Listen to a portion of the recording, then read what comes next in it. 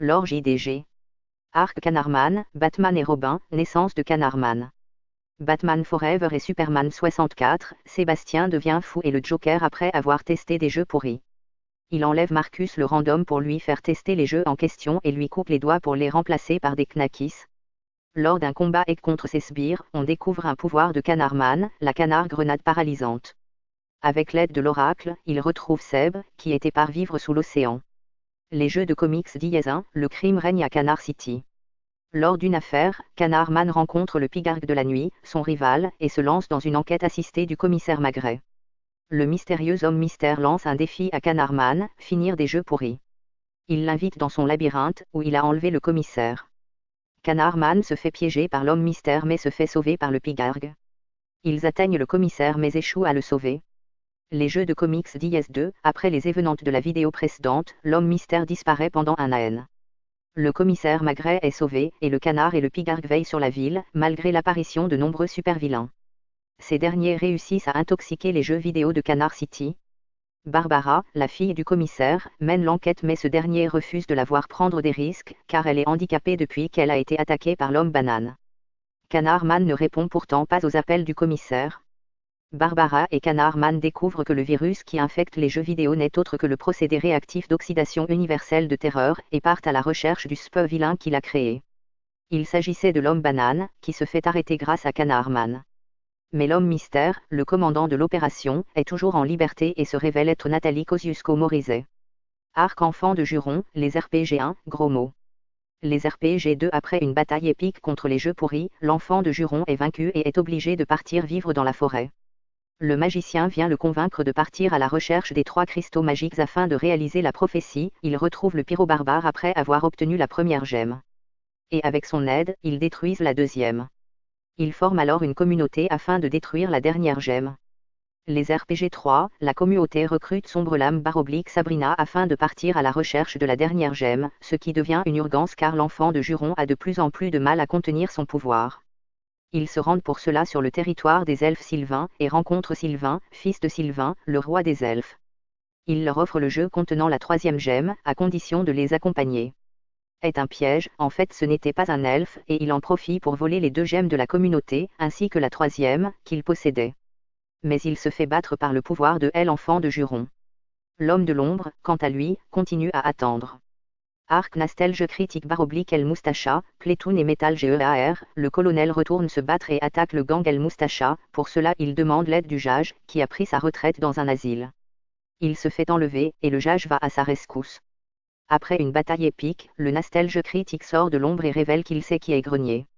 Anti-Terror Force, Jage est contacté par le Nastelge critique, qui l'oblige à tester des jeux pourris. Terrifié par son accent russe, il obtempère. Après avoir échoué à sauver Jacques Chirac, le Jage reçoit un rendez-vous du Nastelge critique et 8 mois plus tard, ils se retrouvent pour danser.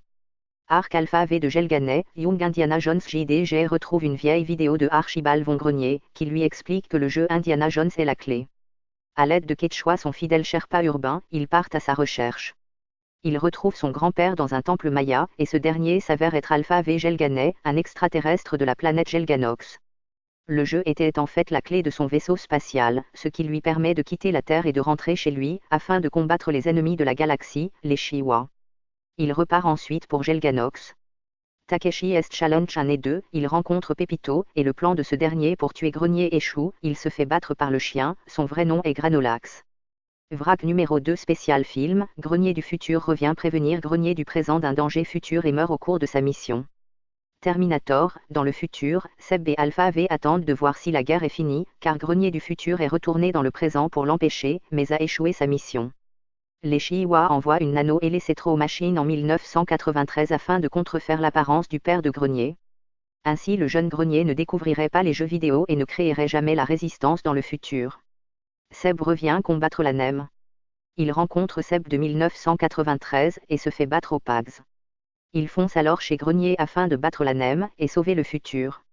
Vrac jeu japonais, Granolax attaque le Jage grâce à son nouveau pouvoir, Starlight Unicorn, il peut le forcer à jouer à des jeux pourris. Il pense en effet que le Jage est la réincarnation de Susanoo, un ancien chasseur japonais qui a tué le Yamata no Orochi, dont Granolax est la réincarnation. Jage n'est finalement pas la réincarnation de Susanoo et développe la capacité d'arrêter le temps en jouant au jeu pourri. Il bat Granolax, qui se fait récupérer et soigner par les Shin-NWA, qui pour se venger détruisent Gelganox.